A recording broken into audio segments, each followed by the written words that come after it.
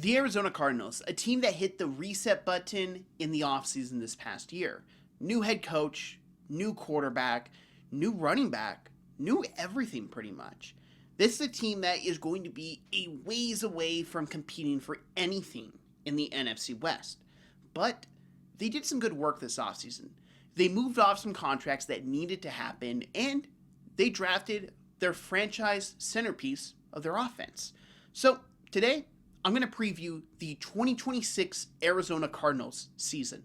And I'm going to give you my thoughts and opinions on what they did this offseason and the direction of their team for the future. So let's jump into it.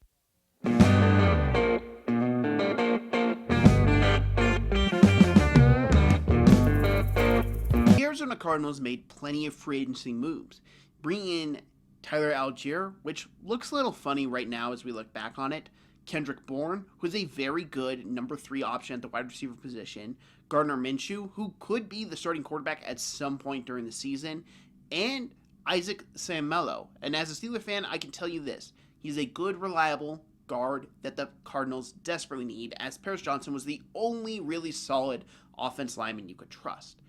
But no matter all the guys they brought in, the big story is obvious. They cut Kyler Murray. They cut him, let him walk out the door, and they're going a new direction with the franchise, which is a move I very much respect, as I didn't feel like the Cardinals were ever going to reach their ceiling with Kyler Murray in the contract he was on. Kyler Murray with the contract he's got with the Vikings, sure, you can do something, but the contract he had with the Cardinals was detrimental to them building a team for the future for any stretch or point during the tenure of Kyler Murray. Why? Because you can't pay a guy who is unreliable that much money. And unfortunately, the Cardinals did. But that was a prior GM's mistake. That was Steve Keim's mistake. That had nothing to do with Monty. And as we see the Cardinals, they're going a new direction. It does suck to see Kyler walk out the doors. Absolutely. I can only imagine what it's like to have the number 1 overall pick come into your team. He is a quarterback. He looks really good his rookie year. And then you go to the playoffs soon after, and then everything just seems to fall apart from that point on. The Cardinals never captured that playoff run, that they got to the playoffs and they lost to the Rams. In that moment, it feels like it broke the Kyler Murray tenure. And there's nothing wrong with that. They admitted they were wrong. They admitted they had to go in a new direction, and they did so this offseason. In my opinion, the Cardinals get an A for their free agency moves just because they know what they are, and they accept that, and they're building towards the future.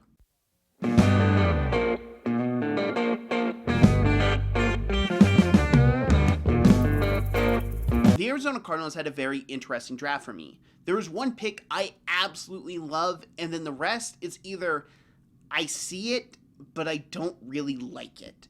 And it's very obvious, if you've listened to my channel before, of what pick I'm really, really not a fan of, and what pick I really, really love. Now, to start off, let's talk about the pick I love, Caleb Proctor. For those who don't know, during the draft process, I had him graded out as a top 25 player in this draft class because I felt like he had the best pass rushing tool set for any interior defense tackle in this entire class. His ability to beat his guy man-to-man was unseen considering the rest of his class. His tape against LSU really shined and showed his ability to go up against the higher level of football competition that even though we got to see other guys go up against every single week, they didn't have a single game as good as Caleb Proctor did against LSU, and Proctor continuously did it against smaller schools, yes, but he did it throughout the entire college football season. Meanwhile, other guys like a Peter Woods would fall off pretty dramatically in games at times. But that's just me highly touting Caleb Proctor as this phenomenal prospect that I really did love. And I think the world of him, and I'm excited to see what he does for the Arizona Cardinals. Teaming up with another draft crush of mine last year in your first round defensive tackle, Walter Nolan, who I absolutely loved and was my highest grade defensive tackle in the 2025 draft class. I believe teaming them up is going to bring a great dynamic to their interior pass rush set and also plug up the run defense game. Walter Nolan and Caleb Proctor will play off each other beautifully and harmoniously. Now, let's get to the rest of the draft. I really don't have major thoughts about the 6th round linebacker Carson from Iowa or Jaden Williams, the offensive tackle from Ole Miss. Now, the rest, little up and down. Virgil, to me, I really didn't have this big thing of him. I watched some of his games, but not a whole bunch. I thought he looked solid, but I don't project him to be anything major, but can be a good rotational piece in a wide receiver room, which you need like 4 wide receivers on the field in some moments in the NFL. I believe he can fill that role. I don't know if I want to talk about Carson Beck yet, so we're going to move to Chase Basantis. Chase Basantis is a guard that people were much higher on than me. I just didn't get it. To me, when I watched his film, there was just stuff missing. I never felt like he was in control of the football game. I never felt like he was this great guard prospect. He was lower on the guard rankings for me personally, and I just didn't see him as this second-round, high-end draft pick that a lot of NFL teams did. So I'm curious to see how that one plays out, as LaFleur's tend to know what they're doing in the offensive linemen, so I wait to see if I'm wrong or if I'm correct on that one. Jeremiah Love. The player, I love. I get drafting the player, but I don't get the value of drafting a running back 3rd overall when you have James Conner and you paid Algier as well in the offseason. Absolutely, should James Conner prevent you from drafting a running back? No, he's an older running back. He has had injury issues. I get it. Should Algier prevent you from drafting a running back? No, he has not proven to be that number 1 caliber running back. But you should not have as much money invested in the running back room as the Cardinals currently do. And it's going to lead to you having to cut one of them before the start of the season, in my opinion, or trading one of them. If I had to guess, James Conner is the most likely man on the outside because you're not obviously moving Love and you just paid Tyler Algier. So I have a hard time seeing James Conner not being the odd man out there. And last, but certainly not least, or least in my opinion, Carson Beck. I don't know why he was drafted in the 3rd round. I don't know why he was drafted this high. I didn't get it at all when I watched his film. I thought his arm looked shot. I never really felt like he learned to read defenses at all. He is what he is. A college quarterback that had great success and will probably amount to nothing in the NFL and will be out of the league sooner rather than later. This feels like the prototypical guy you draft later on day 3 because he's been playing a while. He's been in the locker room. He knows how to handle himself. It feels like the type of guy you draft to be a backup, and you draft him in the 3rd round, which just does not make sense to me. I don't think it's good asset management whatsoever. In my opinion, I really think this is the major downfall of the Cardinals draft class, is because Love, even though I don't like the value of taking him 3rd overall, I get it when I watch him play football. Carson Beck, I don't like the value of taking him that high in the 3rd round or 3rd round at all, and I've seen him play football, and I don't like the player. So I don't get this. And also, something that was pointed out to me by my dad, of all people, when he looked at a photo of him, he said, he is way too skinny, he is like a twig, he will snap, and I looked at it, and I thought, oh, he looks thinner than Bryce Young. That is not good, and especially with Carson Beck, whose arm is extremely limited, who doesn't really have major mobility at all, it is not going to end well if he plays legitimate NFL snaps.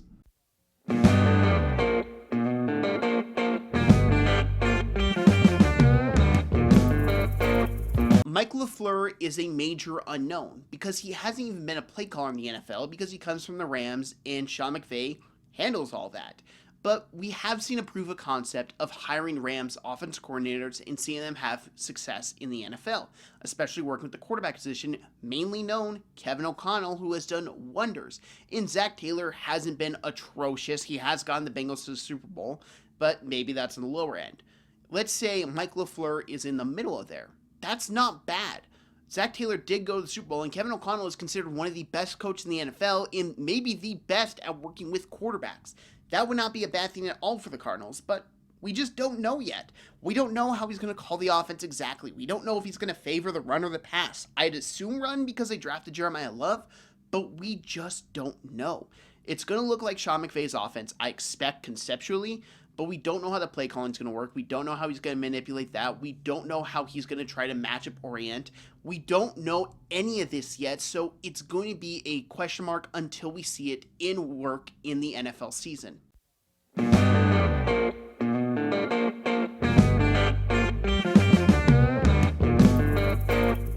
Now, looking at the Cardinals season ahead, I don't have a lot of hope. I don't have a lot of optimism that this team's going to surprise everyone. They're going to make the playoffs. Because I just don't. This is a team in a rebuild. And it's the beginning stages of a rebuild. They need to find the quarterback position.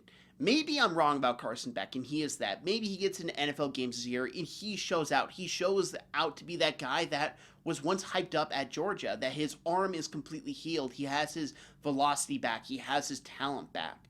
Maybe that's the case, but I'm not betting on it. Jacoby Brissett looked really good for stretches, but he was so up and down. There were so many interceptions, bad plays. You can't really rely on him to make a big impact. And Gardner Minshew, who, let's be honest, what football fan doesn't like Gardner Minshew? But he hasn't been that guy that can elevate an offense. He's worked well in systems. He worked really well in Indianapolis a couple years ago, but we saw him in Kansas City. He tore his ACL. He's coming off a major knee injury. We don't exactly know how he's going to fit into this offense, or even if he is going to be QB2. I'd expect him to be, but we don't know yet. Their offense, though, like you got Trey McBride, who is one of, if not the best tight end in the NFL. Marvin Harrison Jr., who will hopefully be utilized better in a brand new offensive scheme. And an offensive line that is a major work in progress. Mainly everyone outside of Paris Johnson Jr. And Isaac Seumalo, he's not a long-term piece, but he's a good, solid piece. But there's just so many questions about this Cardinals team that I just don't have them doing well. I currently have them finishing last place in the NFC West by a pretty large, sizable gap, as the other NFC West teams are all Super Bowl caliber talents, and the Cardinals just aren't there. But you look at them, and they will be picking most likely high in a very cute quarterback-friendly draft. I don't necessarily know if Arch will be their guy. Who knows what's going to happen with the Mannings and everything. We've seen them manipulated before. But you look at the Cardinals, and you can kind of see the perfect quarterback for them. Dante Moore. He fits perfectly in a Sean McVay system. He is very accurate. He is very good on his timing routes. He is a very cerebral quarterback. He fits perfectly for that type of mold, and I could see him doing wonders in that type of system. And luckily for the Cardinals, they have that type of system. Now, he will be going high in the draft. Very high. Maybe as high as number 1 overall. So the Cardinals will need to lose games if they want to get him. And it feels like with how they built their team, with how they really put a focus on it, they are prepared to lose. The one thing I will say, though, is this defense can be actually good. They have some pieces I really liked. I liked Will Johnson a lot coming out of the draft last year. I know his knee is up and down, is questionable, but when he plays, I still like him. Budda Baker is just Budda Baker. What else do you want to say about him? He's still one of the best safeties in the league. Walter Nolan, I'm a major fan of. I am expecting him to take a major jump, especially being able to play football. I think will help him incredibly. And you just look at this Cardinals defense, I think there is talent there. Do I think it's enough to really overcome all the issues this offense is going to have? No. But I think it's a step in the right direction when you look at this team. If I had to guess where they'll finish in the league, I will say top 5 pick in the NFL draft, which for them I think is good. The biggest success for the Cardinals this season would be you lose a lot of games, but your young guys show great development, they show progression, and they show fight. If you could have kind of like that Detroit Lions run of where you just fight with the early season Dan Campbell, and you're not winning yet, but you see the signs, you see the hope, you see the optimism. If I'm a Cardinals fan, that's what I'd personally want, because it shows that this team is moving in a proper direction. And let's say it doesn't work out. Let's say Mike LaFleur is a complete failure as a head coach. Well, you go back to the drawing board. You figure this out, because there's nothing really to worry about missing a window with this team, because there's nothing built yet. Until you build something, you can experiment a lot. You can try a lot of things.